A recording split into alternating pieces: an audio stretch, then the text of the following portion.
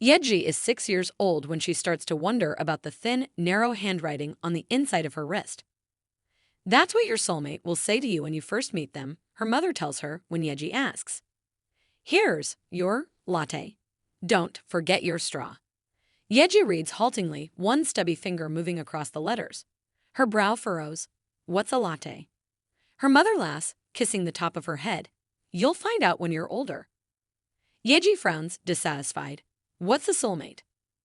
A soulmate is someone you're destined to be with, her mother says, someone who will understand and love you unconditionally. Like you and Papa. Yes, her mother looks affectionately over to the living room, where her father is watching the news. Like me and Papa. Yeji can't wait.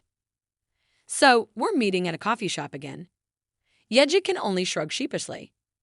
I think we've been to all the coffee shops in Seoul by now, Jisoo says wryly. Still haven't met your soulmate. Still haven't met yours either, Yeji retorts. The words aren't you cold. Rest on Jisoo's collarbone in small, neat lettering. Okay. Jisoo prods her forearm. Go order. Maybe you'll get lucky this time, and then you can stop spending so much of your money on lats. Yeji winces.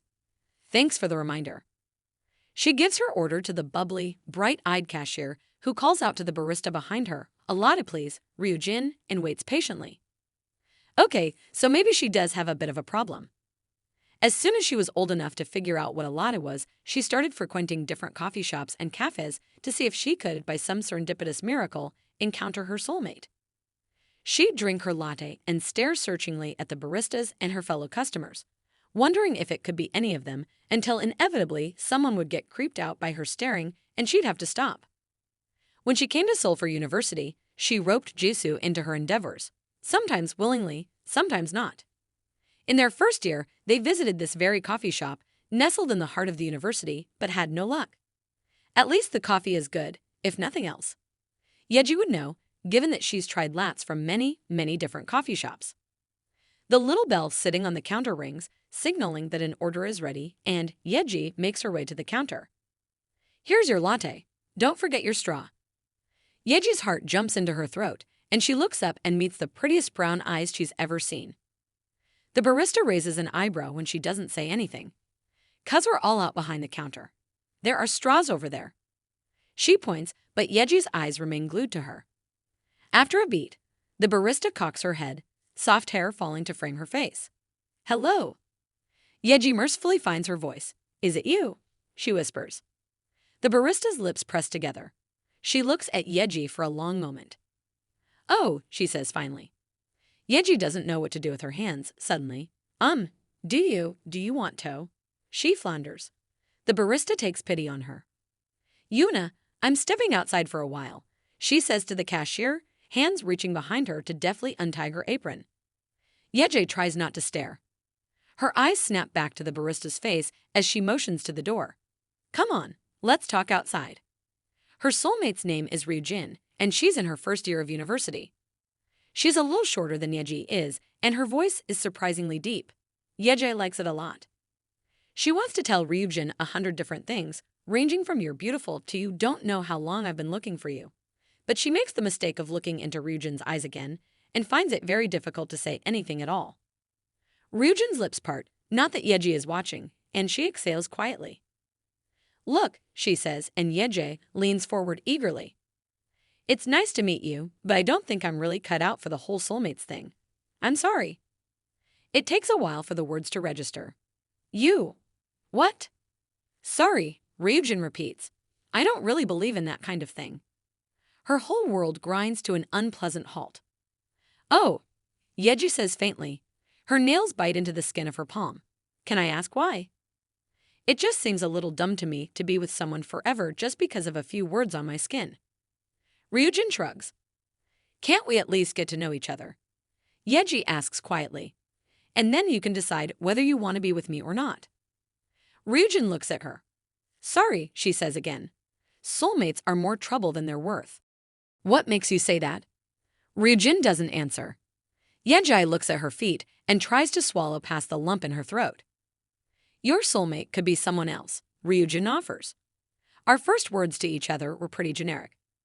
Yeji sticks her left hand out. The narrow letters sit on her wrist mockingly, the dark ink stark against her fair skin. Is this your handwriting? Ryujin's gaze flicks towards her wrist, then back to her, disinterested. Maybe? Handwriting like that isn't uncommon. Yeji lets her hand fall limply to her side. Ryujin's face softens just a fraction. Look, you're obviously into the whole soulmates thing. You seem like one of those romantic types. Your soulmate must be someone else, one that's more compatible with you, you know. Not. She gestures vaguely at herself. Yeji doesn't want to imagine anyone else being her soulmate, now that she's seen Ryujin. Maybe she agrees weakly for lack of something better to say. I have to go back in. Yuna's probably stressed handling orders by herself. Okay. Ryujin heads back into the shop after sparing her one last glance. The glass door swings shut behind her with a merry tinkle, leaving Yeji standing in the autumn chill with little else but the bitter disappointment churning in her gut. Yeji doesn't usually cry. She prefers taking long walks instead. They're cathartic compared to the fruitless cycle of crying and then feeling even worse. But as Jisu's arms slip around her, she finds traitorous tears leaking out of her eyes, wetting her friend's expensive cardigan. Maybe it's not her, Jisu soothes, catching her tears with a gentle finger as they streak down her face. But Yeji doesn't know what to say, doesn't know how to tell Jisu that she hopes it isn't Ryujin, and she still has a chance at having a soulmate who wants her, that she hopes it is Ryujin because she was lost the moment she looked into her eyes. We'll visit every coffee shop there is in Korea, Jisu promises, but Yeji is only half listening, thinking about Ryujin's words from earlier. She knows there are rare occasions of soulmates who don't eventually work out. She knows that soulmate tattoos don't necessarily guarantee two people will be together. She knows. She thinks she'd at least like to have tried. The universe must be playing some sort of cosmic joke on her, because there is no way her not soulmate has applied to be on the same university radio show she's on. Yeji inhales sharply and looks away, trying to make herself scarce behind one of the other students. It doesn't work. You can join Yeji in the booth on Tuesdays and Thursdays. She's the only one who doesn't have a co-DJ, their president, Sunwon, tells Ryujin. Their gazes meet. Ryujin looks about as apprehensive as Yeji feels. If Ryujin isn't her soulmate, this shouldn't be a problem. Right? Right. She can be professional. Yeji plasters what she hopes is a welcoming smile on her face. Sure. The campus radio booth is Yeji's safe haven, where she can unwind for a quiet night shift after back-to-back classes and play mellow songs for easy listening. It's also far too cramped for two people to sit side by side for her liking. Yeji's elbow bumps Ryujin's side again, and she mutters an apology. Ryujin says nothing. So we can alternate our playlists. You can take Tuesdays and I can take Thursdays. Or the other way around. Yeji eyes her, clicking and unclicking her pen. Tuesdays are fine with me. Right? Okay. Yeji lays down her pen. There's also this thing I do in between songs, where I let listeners call in and say anything they want, like request songs or ask for advice. I'll keep doing it on Thursdays, but it's up to you what you want to do on Tuesdays. Okay. And our listeners can also leave messages online instead if they want to stay anonymous or if they just don't want to call in. Okay. This button lets you mute your mic, and these are the volume sliders for people who call in. That will be your mic, and this is mine. Yeji points at each of them in turn. Ryujin's eyes follow her finger, but she doesn't say anything else. Do you have any questions? Ryujin shakes her head. Do you know what you're going to be doing on Tuesdays? A nod. Okay, Yeji feels a prickle of frustration at her continued reticence. Well, I guess I'll start for the day then. It's the most awkward hour in the booth Yeji's had to endure. She spends an obligatory minute introducing her reluctant new co-host before launching almost immediately into her playlist, grateful to drown herself in the soothing tones of familiar music. It doesn't help that she keeps noticing the stray lock of hair that keeps falling in Ryujin's eyes, her slender fingers idly playing with her pen, the way her eyes light up a little whenever she recognizes a song off Yeji's playlist. That's the end of the video. Please like if I want more